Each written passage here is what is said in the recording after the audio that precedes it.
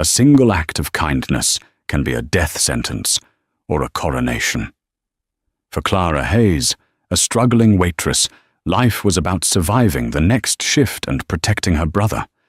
But a frantic night at St. Jude's Hospital changed everything. She donated blood to save a dying man, a ghost in the emergency room. She had no idea that her rare blood type now flowed through the veins of Leo Salvatore, the most powerful and dangerous mafia boss in the city. He wakes with a new obsession, finding the angel who saved him. And when a Salvatore owes a debt, payment is always demanded in blood or in vows. A coffee cup shattered on the tiled floor of the Starlight Diner, the sound slicing through the midday hum of conversation and sizzling grease. Clara Hayes didn't even flinch. She grabbed a dustpan and broom from the busing station, her movements automatic, her expression as flat as the day-old soda she'd just been admonished for. "Watch where you're going, sweetheart," the trucker grunted, not bothering to look up from his paper. "Sorry," Clara muttered, the apology tasting like ash. She'd been on her feet for 10 hours, this double shift covering for a sick co-worker, and the $2.50 tip he'd eventually leave wouldn't even cover the cost of the mug. This was her life. A revolving door of exhausted faces, the smell of burnt coffee permanently etched into her senses, and an ache in her lower back that had become a constant companion. She was 24, but some days, especially days like this, she felt closer to 40. Every dollar she earned was meticulously divided, rent for her tiny, drafty apartment, the utility bills she juggled like a failing circus act, and the most important, non-negotiable expense, the pile of money for her younger brother, Owen. Owen was 17, bright and asthmatic, with a heart condition that required a pharmacy's worth of medications. Clara was his only family, their parents gone long enough for the grief to settle into a dull, familiar weight. Protecting him, giving him a chance at the college life she'd forfeited, was the only thing that propelled her through the 14-hour days and the crushing loneliness of her nights. Finally, at 11 p.m., she was free. She hung up her stained apron, the fabric stiff with sweat and ketchup, and counted her tips. $64. Pathetic. It wasn't enough to cover the prescription refill and the late payment on the electricity. She'd have to choose. The lights could wait. Owen's health couldn't. She bypassed her apartment, her tired legs carrying her toward the only place in the city that was brighter than the diner, St. Jude's Hospital. The night air was heavy, carrying the scent of rain and exhaust. She clutched her purse, the small wad of cash feeling insufficient, a flimsy shield against the world. She was just walking past the pharmacy window, about to slide her payment through the slot, when the ambulance bay erupted. The sliding doors of the emergency room burst open with a pneumatic hiss, revealing a scene of controlled chaos. 2 ambulances, sirens dying with a whine, had disgorged their contents simultaneously. But one gurney was the center of the storm. "GSW to the abdomen! Massive hemorrhage!" a paramedic yelled, bagging a patient whose face was obscured by an oxygen mask. "Lost vitals twice en route. He's crashing." Doctors and nurses swarmed, a flurry of blue scrubs. Clara instinctively pressed herself against the wall, trying to become invisible, just another piece of the sterile beige hallway. They rushed the gurney past her. She saw a flash of a stark white shirt, soaked in a terrifying, impossible amount of red. She saw a strong hand, fingers stained, fall limp over the side. "We need trauma 1 clear," someone shouted. "Get me O-neg. Wait, his chart says AB negative. Does he have a chart? He's a John Doe. We don't have AB negative in the bank. We used the last of it on the pediatric case this morning," a nurse cried out, her voice tight with panic. "Someone check the donor list. Call the Red Cross. We don't have time. He's bleeding out faster than we can pump it in. We need a direct donation, right now." The words hit Clara before she could process them. AB negative. She knew those words. They were on the little red and white card she kept tucked in her wallet, a relic from a college blood drive she'd done for a free t-shirt. It was the rarest blood type. She felt her feet move before her brain gave the command. She stepped out from the wall, her voice barely a whisper, yet it cut through the din. "I am," she said. The head nurse, a woman with weary eyes named Helen, snapped her head toward Clara. "You are what?" "AB negative," Clara said, her voice stronger now.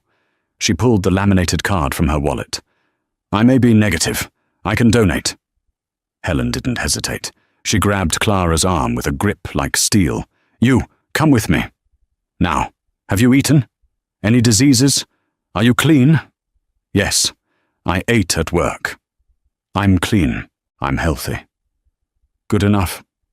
Clara was shoved into a prep room. A different nurse took her vitals while another prepped a needle that looked more like a railroad spike. Clara barely registered the pinch.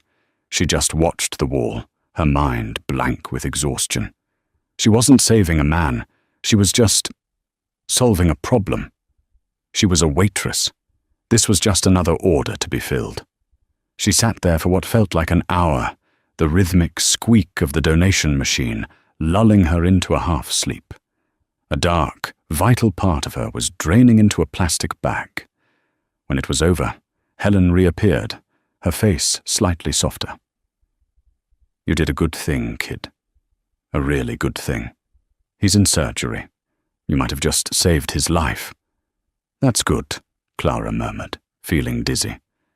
"We need your name, just for the records. Anonymity is guaranteed, of course, unless you choose otherwise." Clara Hayes." Helen gave her a cup of orange juice and 2 cookies. "You sit here for 15 minutes. Then you go home and sleep.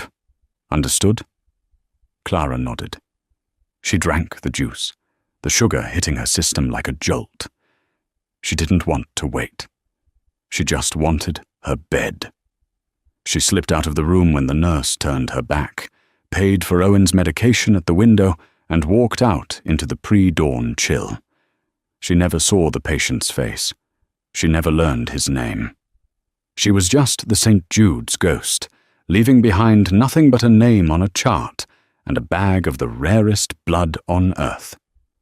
She went home, fell into bed, and forgot all about it. But in the heavily guarded penthouse suite of St. Jude's private wing, Leo Salvatore's life was just beginning anew, his body accepting the blood of a stranger, and a lion never forgets a debt.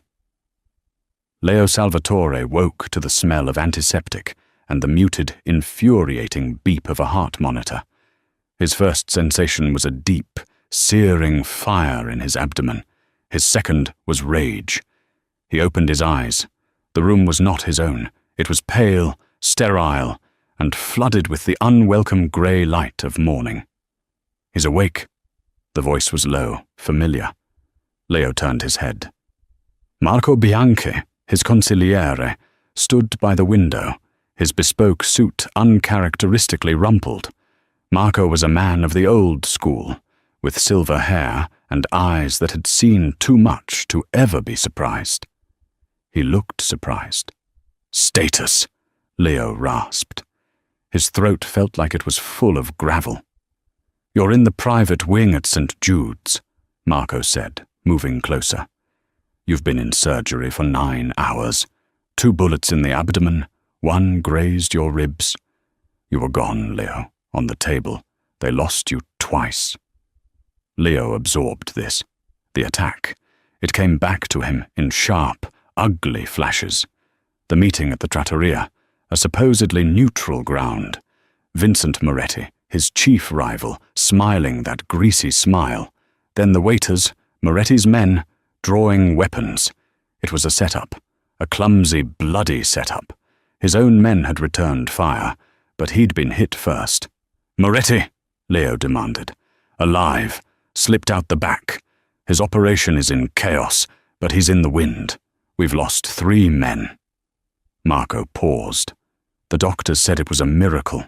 You'd lost too much blood. The hospital bank was empty of your type. Leo stared at the IV stand. It wasn't saline. A bag of dark red blood was slowly dripping into his arm. So, where did this come from? That, Marco said, a strange note in his voice, is the interesting part. A walk-in, a civilian, donated on the spot and left. Leo processed this. In his world, nothing was free. An act of kindness was just a transaction that hadn't been billed yet. A civilian, saving his life, was a loose end. A massive, untidy loose end. Who? A nurse said her name was Clara Hayes. That's all we have. She gave her name for the records and disappeared before the surgery was even over. Clara Hayes. Leo tested the name. It felt foreign, soft. Find her. Leo, Marco said, his tone cautious. She's a civilian, a ghost. Let her be one. We sent her a gift, a car, money. We wipe the records and she's forgotten. It's cleaner. Cleaner. Leo pushed himself up on his elbows, ignoring the shriek of protest from his muscles. I was dead. My blood was on the floor of a restaurant, and some ghost filled me back up. I want to see her. I want to know who she is. I don't like debts, Marco, especially ones I don't understand. Find her. Marco knew that tone. It was the lion's voice, the one that didn't accept no. He nodded, sharp and curt. I'll have our people look into it. Not our people, Leo countered. You. I want you to do it. Quietly. I want to know where she eats, where she sleeps, and what she's afraid of. As you wish, Capo. While the Salvatore organization's most trusted man began the delicate hunt, Clara Hayes was back at the Starlight Diner, arguing with her landlord over the phone. I told you, Mr. Henderson, the check will be there on the 1st. Yes, I know it's the 3rd. My brother. He was sick.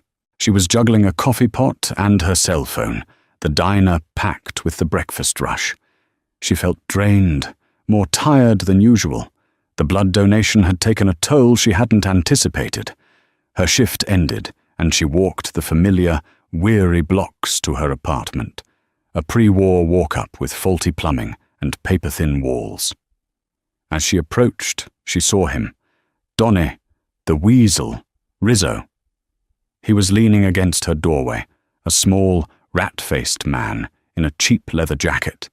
He was a local loan shark, the bottom feeder she'd been forced to go to when Owen's condition first worsened, and the hospital demanded a deposit she didn't have. Her stomach turned to ice. Donny, I don't have it. That's not what you said last week, Clara. He sneered, chewing on a toothpick. You said today. Today is today. The VIG is stacking up. I know, I needed medication for my brother. I'll have it by the 15th, I promise. Donny took a step closer, invading her space. She could smell the stale cigarettes on his breath. See, the guys I work for, they don't like promises. They like payments. And when they don't get payments, they like collateral. He glanced up toward her apartment window, where Owen's light was on. That brother of yours, he's a frail kid, right? Be a shame if his condition got worse. A cold, primal fear seized Clara. This was a line that had never been crossed. You stay away from him. Then pay me, he snapped, his voice rising. $500, Clara. By tomorrow. Or I stop being nice. He shoved past her, knocking her shoulder hard against the brick. She watched him swagger down the street, her entire body shaking. $500. She might as well be trying to find $5 million. She had $64 in her pocket and a bank account hovering at 0. She stumbled up the stairs, unlocked her door, and forced a smile for Owen, who was at the kitchen table studying. Hey, you're home late, he said, looking up. "You look awful, Clara." "Just tired, kiddo," she said, ruffling his hair. "Just tired." She went into her bedroom and locked the door, sliding down it until she was sitting on the floor. For the first time in years, she cried. She was trapped. There was no way out. Across town, in the Salvatore penthouse, a fortress of glass and steel overlooking the city, Marco Bianchi placed a thin manila folder on Leo's desk. Leo was out of the hospital, against medical advice, and was standing in a silk robe, wincing as he looked at the city lights. "Clara Hayes," Marco said. Leo opened the folder.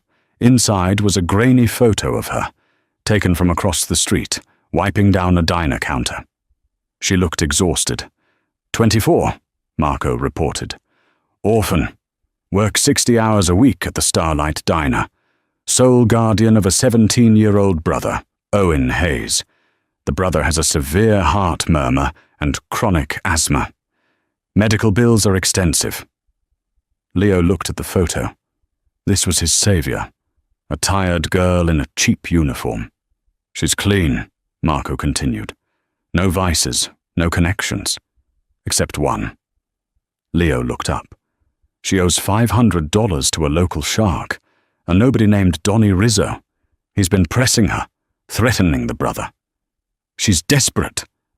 Leo Salvatore looked at the picture of the girl who, for no reason, had saved his life, and he looked at the name of the man who was threatening her. He saw the board, he saw the pieces, and he saw his move. "Rizzo," Leo said, his voice a soft growl. "He's the key." "You want us to take care of him?" Marco asked. "It's done." "No," Leo said, a slow, dangerous smile spreading across his face. He hadn't felt this alive in years. "This isn't business, Marco. This is a debt, and a debt must be paid in person." He closed the folder. "Get the car, and find out what kind of flowers she likes. We're going to pay Miss Hayes a visit." Clara didn't sleep. She sat at her kitchen table, staring at a stack of unpaid bills until the sun came up, her mind racing in a frantic, useless circle. How could she get $500 by noon? She called her boss, begging for an advance. He laughed. She thought about pawning the one piece of jewelry she owned, her mother's thin gold locket. It might fetch $50. Not enough. By 11 a.m., she was a wreck, knots of terror tightening in her stomach. She heard Owen leave for school, his cheerful, "Bye, Clara," sounding like a death knell. She was supposed to protect him, and she had failed. At 11:30 a.m., a knock echoed through the small apartment. It wasn't Donnie's aggressive bang. It was a firm, polite, patient knock. She froze. Maybe if she stayed quiet, they would go away. The knock came again, heavier this time. She crept to the door and looked through the peephole. Her blood ran cold. It wasn't Donnie. It was two men, both built like mountains, wearing immaculate black suits. They stood on either side of her door, perfectly still, staring straight ahead. She saw, reflected in the hallway mirror, a third man standing back. He was taller, thinner, and though his features were distorted by the lens, she could feel the intensity of his gaze. "Miss Hayes," a voice called. It was deep, smooth, and held an accent she couldn't place. Old world, elegant. "We know you are in there. Please open the door. We are not here to harm you." She backed away. "Go away. I don't know you." "My name is Leo Salvatore," the voice said, calmly. "I believe you and I share something. I was a patient at St. Jude's." St. Jude's? The blood donation. The John Doe. Her hand, trembling, moved to the deadbolt. This was about the donation. Maybe he was here to thank her. Maybe he was rich. She unlatched the lock and opened the door a crack. The man standing in the hall took her breath away. He was handsome in a way that was almost brutal. Sharp cheekbones, a strong jaw, and dark, piercing eyes that seemed to see right through her. He wore a dark grey suit that probably cost more than her apartment. He was leaning lightly on a silver-topped cane, the only sign of the injury he'd sustained. "Miss Hayes," he said, his eyes scanning her face. "May I come in?" Before she could answer, a familiar, grating voice yelled from the stairwell. "Clara, I'm here for my money!" Donnie Rizzo was bounding up the stairs, his face red and angry. He stopped dead when he saw the 3 men at her door. His bravado evaporated, replaced by a sickly, pale fear. "Who the hell are you?" Donnie stammered. Leo Salvatore didn't even look at him. His eyes remained locked on Clara's. "Is this the man who has been bothering you?" Clara, mute with shock, just nodded. Leo turned his head slowly, a predator assessing prey. "Mr. Rizzo." "I am Leo Salvatore." The name hit Donnie like a physical blow. He stumbled back, his face ashen. Everyone in the city knew that name. "Mr. Salvatore, I didn't know she was with you. I swear. It was just a small loan. I was just leaving." "You were threatening her brother," Leo stated. "It wasn't a question. No, just business." Leo took 1 step forward. Donnie flinched and fell down a step. "Your business is concluded. You will forget Miss Hayes's name. You will forget this address. You will forget the $500. In fact, you will leave this city. Tonight.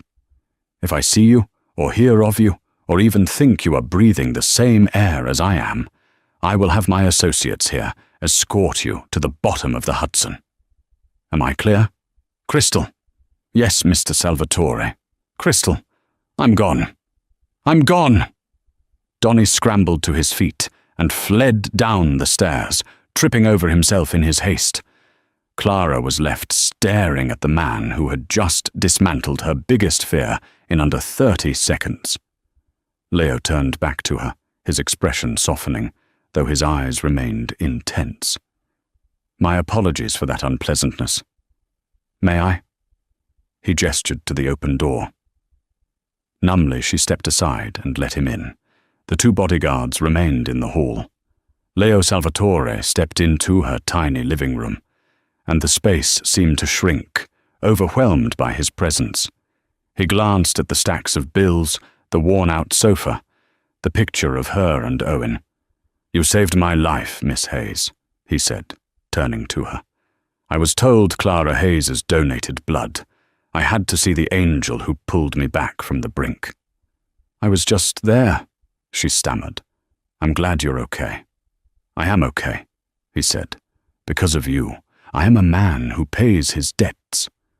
He reached into his suit jacket and pulled out a check. He placed it on her kitchen table. "This is for you. For your trouble. For everything." Clara looked at the check. Her eyes went wide. The number was $250,000. It was an impossible sum. It was freedom. It was college for Owen, a new apartment, new lives. She could breathe. She stared at it, and then, to her own astonishment, she pushed it back toward him. "I can't accept this." Leo looked genuinely surprised. "I beg your pardon?" "I didn't do it for money," she said, her voice shaking but firm. "I did it because you needed help. Taking this, it makes it dirty. I don't want it. I just want you to go. Please." Leo Salvatore stared at her for a long, silent moment. He wasn't angry. He looked fascinated. He had offered her a fortune, and this girl who was drowning in debt had refused him. "You are an extraordinary woman, Clara Hayes," he said softly. He sat down at her small kitchen table, as if he owned the place. "You're also a naive one. You've seen what's out there. Men like Rizzo? They are a symptom. This world is designed to crush people like you and your brother." "I protect my brother," she said, her chin lifting. "You try," he corrected her, not unkindly. "But you're failing. You're trading your life, hour by hour, and you are still drowning. I just saved you from one shark. There will be another. And another. He leaned forward. I am offering you a different kind of payment. A permanent one. I told you, I don't want your money. I'm not offering you money, Leo said. I am offering you me. My name. My protection. Clara's heart hammered. What are you talking about? You saved my life, Clara, he said, his voice dropping to an intimate murmur. Your blood runs in my veins. In my culture, that is a bond stronger than steel. I cannot simply walk away, and I will not allow the person who saved me to be devoured by the world I inhabit. He stood up, towering over her. Here is my proposal. Marry me. Clara laughed, a short, hysterical sound. You're insane. I am entirely serious, he said, his face grim. A marriage. In name, for now. A contract. You will become Clara Salvatore. You will live in my home. You will want for nothing. Your brother will have the best doctors, the best schools, and he will be protected by the full force of my organization. He will never know a day of fear again. No man like Donny Rizzo will ever look at you twice. And in return, she whispered, terrified. In return, Leo said, gently touching the locket at her throat. You will be mine. You will be by my side. You will be my wife, my responsibility. My debt will be paid, not with a check, but with a vow. You saved my life. I will secure yours. This is crazy. This is a prison. It is a cage, Leo corrected her. A beautiful, gilded cage, yes. But look around you, Clara. You are already in a prison. The walls are just made of unpaid bills and desperation. I am offering you a stronger one. One where you and your brother are safe inside. He placed a black business card on the table. You have 24 hours to decide. If you say no, I will walk away. My debt will be unpaid, and you will be alone. Donny Rizzo is gone, but the world is full of him. If you say yes, a car will be here tomorrow at noon to pick you up, and you will never be afraid again. He walked to the door, paused and looked back. I hope you make the wise choice, Clara. And then he was gone, leaving Clara alone with an impossible choice. The scent of his expensive cologne and the $250,000 check he had left on the table as an afterthought. The next 24 hours were the longest of Clara's life. The check sat on her table, a silent, screaming temptation. She picked it up a dozen times. This was the answer. She could take this, take Owen, and run. Disappear. But where? Leo Salvatore found her in a city of 8 million. He found her from a single name on a hospital chart. He had dismissed a violent criminal with a single word. If she took his money and ran, she wouldn't just be a debtor. She would be a thief. And she had no doubt that his punishment for theft would be far worse than his solution for a debt. She looked at the card.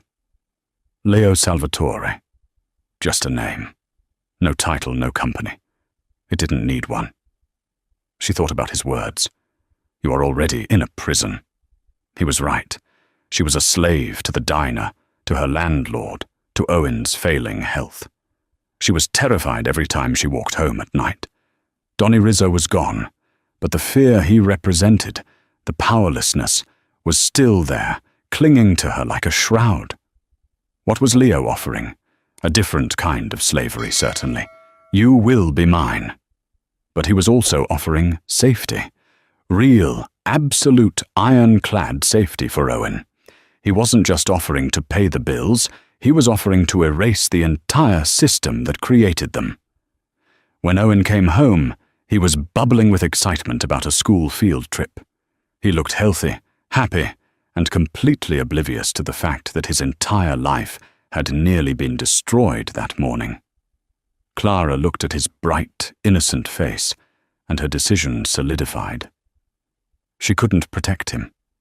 Not really. But Leo Salvatore could. She didn't pack. What was there to take? Her faded jeans, her 2 diner uniforms. She put on her best and only dress, a simple navy blue cotton, and her mother's locket. She left the check on the table. She would not come to him as a charity case. She would come as the other half of a bargain. At 11:58 a.m., she looked out her window. A black Rolls-Royce Ghost idled at her curb, so out of place in her neighborhood it looked like a spaceship. At 12 p.m. she walked downstairs. The driver, one of the mountains from the day before, opened the door for her without a word. The inside was silent, smelling of new leather. The car drove her not to a penthouse, but to a vast, old-world estate in the Riverdale section of the Bronx, hidden behind 20-foot stone walls and a wrought-iron gate. The house was a fortress, a stone and ivy-covered mansion that overlooked the Hudson. She was led inside, not by a bodyguard, but by a housekeeper. The interior was dark, rich with polished wood, oil paintings, and a silence so profound it was deafening. Leo was waiting for her in a study that was larger than her entire apartment. He was not in a suit, but in a simple black cashmere sweater and trousers. He looked softer. "You came?" he said. He sounded pleased. "I came," she confirmed, her voice small. "And the check?" "It's on my table. I told you. I don't want your money." A slow smile touched his lips. "Good." He gestured to a man sitting in the corner, someone she hadn't noticed. It was Marco Bianchi, the consigliere. He held a leather-bound folder. "This is our agreement," Leo said. "It is, for all legal purposes, a prenuptial agreement. It states that you are marrying me of your own free will. It outlines what I provide, a new, secure, and undisclosed residence for your brother. Full payment for his education at any university he chooses. A trust fund in his name, managed by the legitimate law firm of Thompson, Finch and Associates, which he cannot access until he is 25, and which is completely firewalled from my other businesses. It guarantees his safety and well-being, indefinitely." "And for me?" Clara asked. "For you?" Leo said, stepping closer. "It provides everything. Clothes, housing, food, security. You will be Mrs. Salvatore. My name will be your shield." "And the terms?" she whispered. "What do I do?" "You exist," Leo said simply. "You will be by my side when I require it. You will be discreet. You will be loyal. You will not ask questions about my business. And you will not, ever, contact anyone from your old life. That life is over. That is the price, Clara." It was a complete erasure. She would cease to be Clara Hayes. She looked at the pen. She thought of Owen. She picked it up and signed the name Clara Hayes for the last time. "Good," Leo said. "The judge will be here in an hour to perform the civil ceremony. Marco will show you to your room." Marco Bianchi stood. His eyes were not warm like Leo's. They were cold, assessing, and filled with suspicion. He didn't see an angel. He saw a complication. "This way, signora," he said, the title sounding like an insult. He led her up a winding staircase to a bedroom that was larger than the entire Starlight Diner. It was beautiful, decorated in creams and blues, with a private balcony overlooking the river. "Your new life, Signora Salvatore," Marco said, his voice flat. "A car has already been dispatched to pick up your brother from school. He is being told he won't be returning to the apartment, that you have come into a substantial inheritance. He will be settled in a private condominium in Westchester tonight, with a full-time governess and tutor. He will be safe." "When can I see him?" Clara asked, panic rising. "When it is deemed safe," Marco replied. "Leo Mr. Salvatore is a man with many enemies. Your brother's safety depends on his anonymity. Your association with him is now a liability." You will speak on the phone, but visits will be difficult. The cage door slammed shut. She was safe. Owen was safe. But she was a prisoner. That night, after a sterile 10-minute ceremony in the study, she found herself alone in the massive bedroom. Leo had not joined her. He had simply nodded, said, "Welcome to the family, Clara," and disappeared into his office with Marco. She was Clara Salvatore. She was dressed in a silk nightgown that had been laid out for her. She was surrounded by wealth she couldn't comprehend, and she had never felt so terrifyingly alone.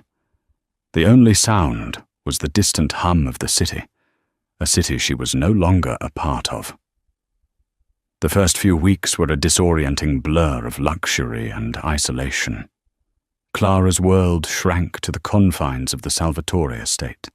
She had a wardrobe of clothes she was afraid to wear, was served meals she didn't know how to pronounce, and was followed everywhere by a silent bodyguard named Anthony. She was, as Leo had promised, Mrs. Salvatore. But she was not his wife. Leo was a ghost in his own home. He left before she woke and returned late at night. They lived in the same massive house, but their paths rarely crossed. When they did, he was polite, distant, and assessing. He would inquire if she was comfortable, if she needed anything. He never touched her. The proposal had been a contract, and Leo, it seemed, was content to honor only its most basic terms. Her only lifeline was the nightly 10-minute phone call with Owen. He was ecstatic. He was in a gated community, a luxury condo, had his own room, a tutor for his SATs, and a doctor who had him on new medication that made him feel 100 times better. He bought the inheritance story completely. "I can't believe it, Clara," he'd gushed. "You did it. You got us out." "I did, kiddo," she'd reply, her throat tight, staring out her window at the armed guards patrolling the perimeter. "I got us out." Her loneliness was a physical ache. The only person who spoke to her with any regularity was Marco Bianchi, and his words were knives. "The Signora is enjoying her reading?" he asked one afternoon, finding her in the vast 2-story library. "Yes, thank you, Marco." He lingered, pretending to inspect a bookshelf. "The capo is a generous man," he said, his back to her. "He values novelty, but he is also a traditional man. He values loyalty. He does not suffer liabilities." "I am not a liability," Clara said, her grip tightening on the book. "You are a waitress," Marco said, turning. His face was devoid of expression. "You are from a world of weakness. You saved his life, and for that he owes you. But do not mistake his gratitude for substance. You are here because he is honorable, but his honor is to his family, the one of blood. You are an arrangement. Remember that." He left her, the warning hanging in the air. She was an outsider, a pet. The isolation began to change her. The fear that had defined her old life was gone, but in its place, a cold, hard anger was growing. She was tired of being a ghost. She was tired of being handled. That night, she didn't wait in her room. She waited in his study. Leo arrived just after 2 a.m., looking exhausted. He stopped when he saw her, sitting in the leather armchair by the fire. "Clara, you should be asleep." "I can't sleep," she said, standing. She was wearing a silk robe, but for the first time she didn't feel exposed. This wasn't the deal. He raised an eyebrow. "I've kept my word. Your brother is safe. You are safe." "I'm in a cage," she shot back. "I'm your prisoner, not your wife.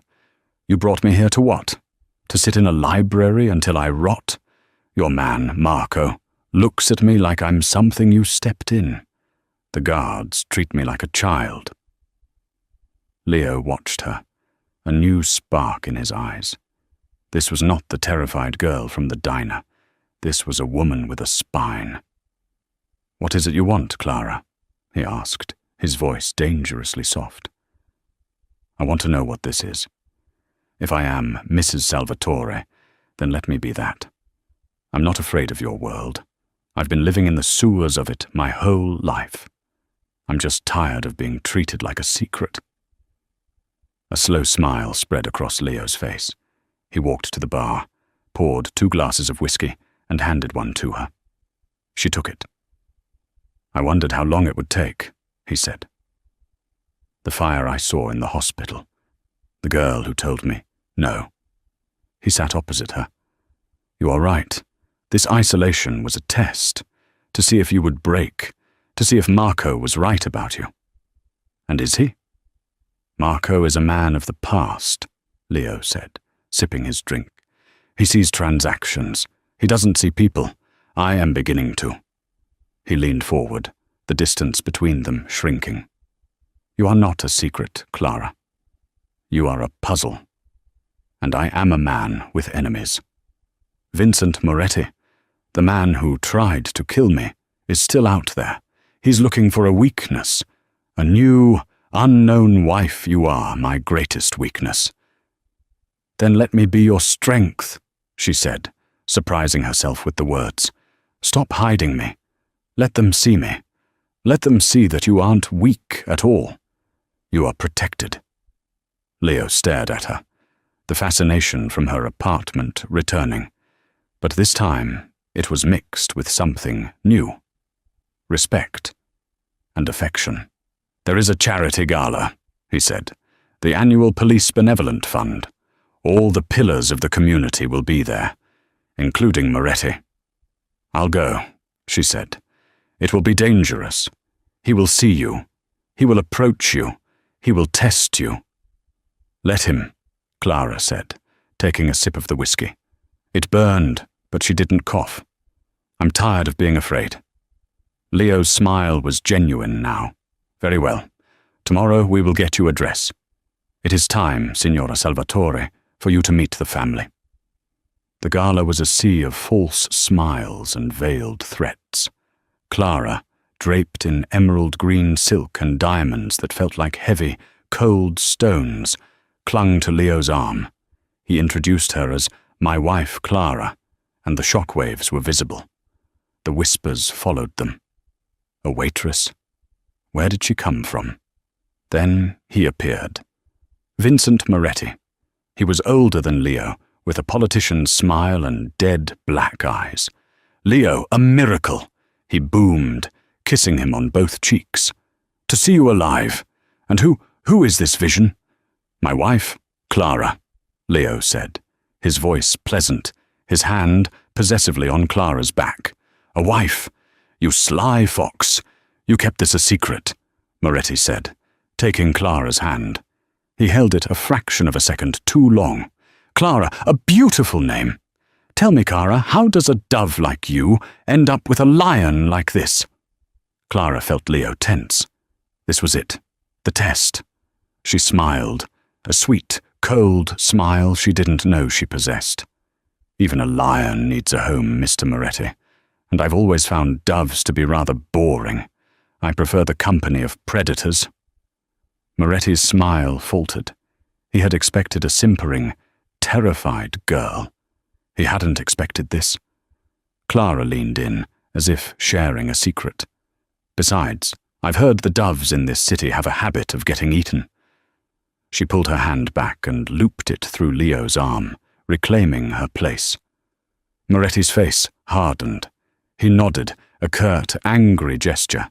"A pleasure, Signora. Leo, enjoy your evening." He disappeared into the crowd. Clara let out a breath she didn't know she was holding.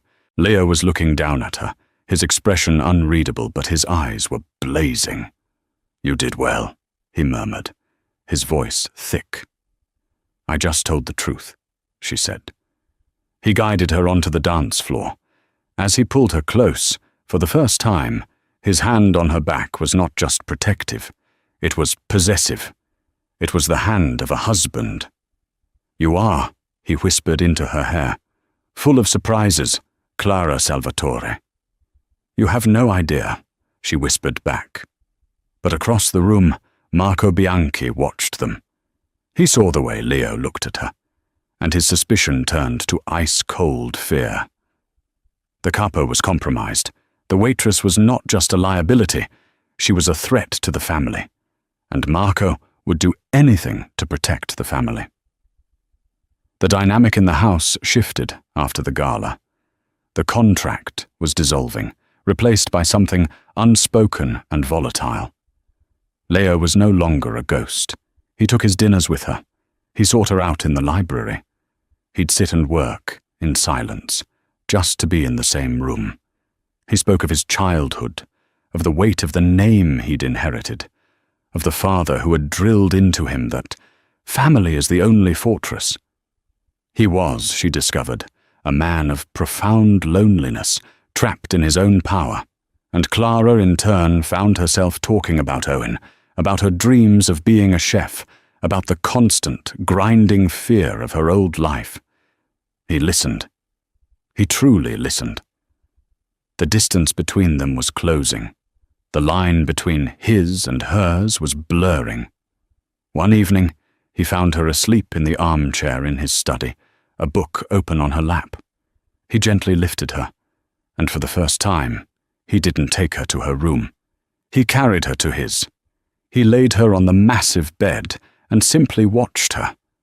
He was terrified.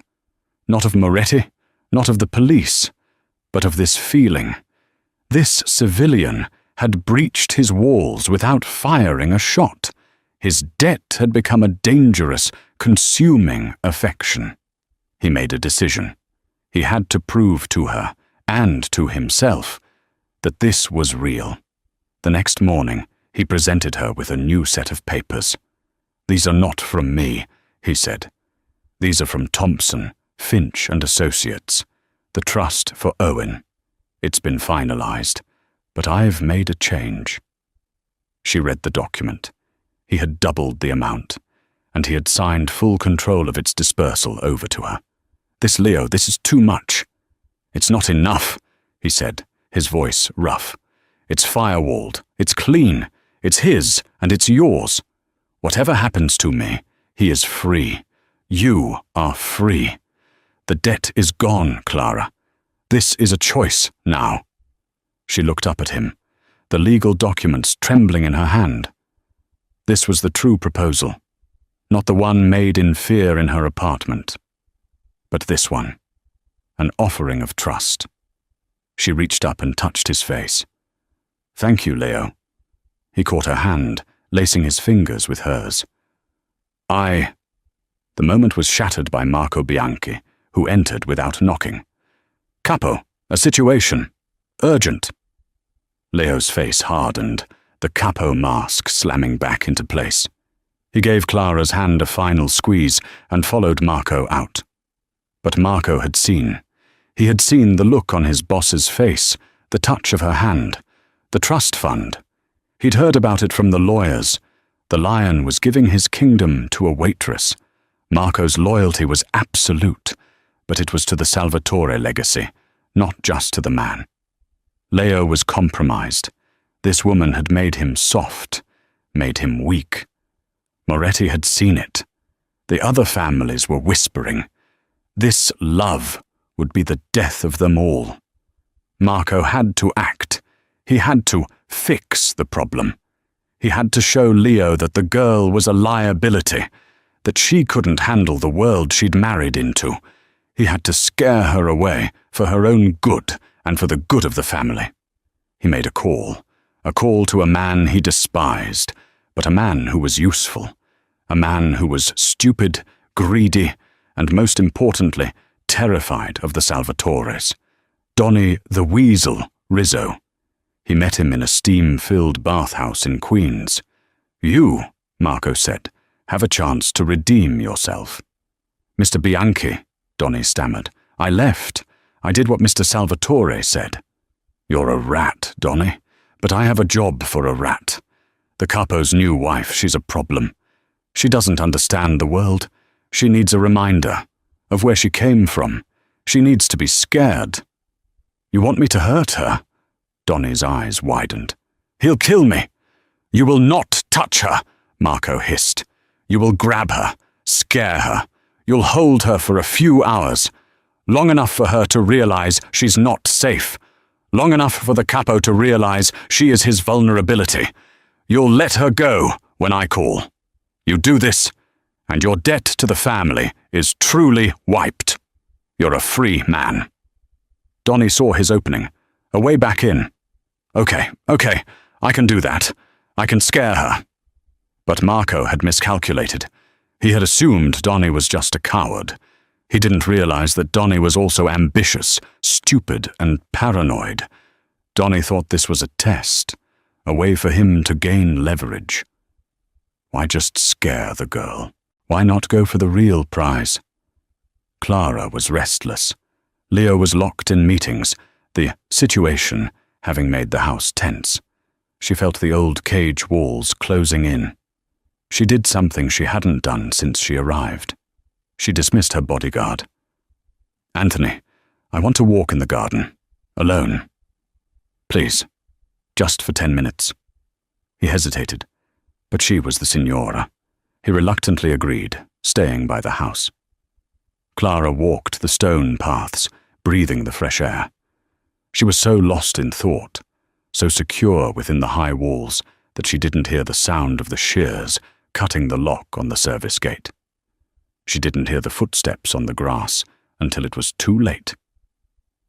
A hand, smelling of stale cigarettes and cheap cologne, clamped over her mouth. "Long time no see, sweetheart," Donnie Rizzo's voice whispered in her ear. "You're a hard lady to find. But you know, I think I'll get a lot more than $500 for you." He hadn't followed Marco's plan. He wasn't scaring her. He was taking her. But he too had made a miscalculation. He was grabbing Clara Salvatore. But the person who turned to fight him was Clara Hayes. She stomped her heel down, catching his instep. He roared. She jammed her elbow back, hitting his solar plexus. He lost his grip. "Anthony!" she screamed. Donnie panicked. This wasn't going to plan. He pulled a gun. Shut up, or I swear I'll—" He never finished. A shot echoed through the garden, but it wasn't from Donnie's gun. Donnie Rizzo crumpled to the ground, a neat hole in his temple. Clara stared, shaking. Leo Salvatore was standing on the terrace, a sniper rifle, long, black, and lethally professional, in his hands. He was still in his suit, his face a mask of unbelievable fury.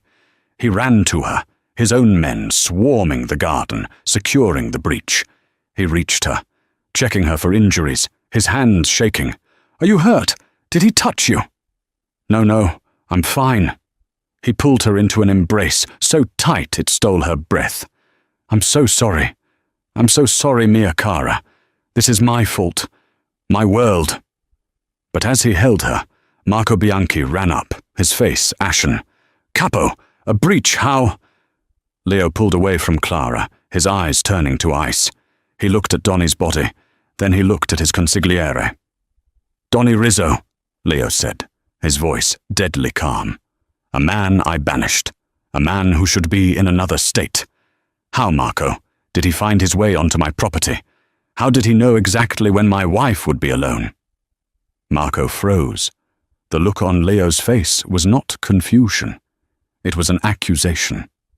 "Leo, you can't think—" "I think," Leo said, stepping toward him, "that you saw a waitress, a liability. I think you decided to fix my problem." "He was just supposed to scare her," Marco burst out, the truth tumbling from him. "To show you that she's soft, that this love will be your ruin. I did it for the family." "She is the family," Leo roared, the sound echoing through the garden. He grabbed Marco by the collar. "She has my blood. She has my name. And you, my oldest friend, you fed her to the wolves." "Leo, please," Marco begged.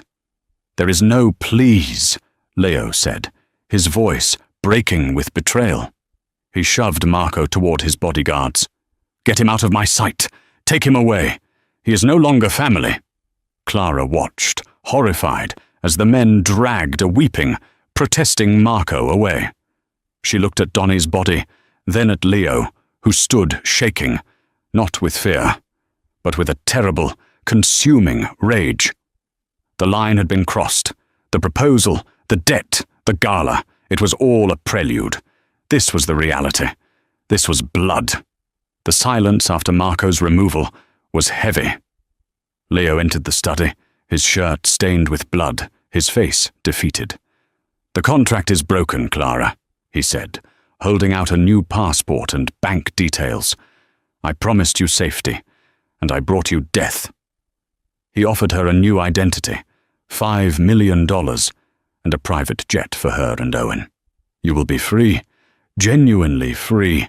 Clara stared at the passport. Total freedom. She pushed it back. No. She refused to run. "I was never safe anywhere," she said, her voice ringing with strength. "Not in the diner. Not in my apartment. You don't get to protect me by sending me away." She stepped toward him. "I am not your liability. I am your wife. I am Clara Salvatore. And I am staying. Now, what are we going to do about Vincent Moretti?" Leo stared, finally seeing her. She wasn't his weakness. She was his fortress. He kissed her, a raw, claiming kiss that sealed their bond. Then he knelt. "Clara Salvatore," he vowed, "marry me. Not as a debt. Be my wife, my Regina, my family." She pulled him to his feet. "I already am. The vow was sealed. The debt is paid. But the story is just beginning. Clara Hayes may be gone, but Clara Salvatore has just claimed her throne. She traded a diner apron for a crown, but in the world of the Mafia, the crown is always heavy, and it's always stained with blood. She may have the boss's name, but can she survive his world? The other families won't accept a Waitress as their queen, and Vincent Moretti is still out there, waiting to strike. The proposal was just the beginning. The war is next. Thank you for watching this story. If you want to see what happens next in Clara and Leo's dangerous romance, make sure to hit that like button. It really helps the channel. Don't forget to share this video with a friend who loves a good drama, and most importantly, subscribe and ring that notification bell. We post new stories every week, and you won't want to miss the next chapter in this dark and thrilling saga. What do you think Clara should do next? Let us know in the comments below.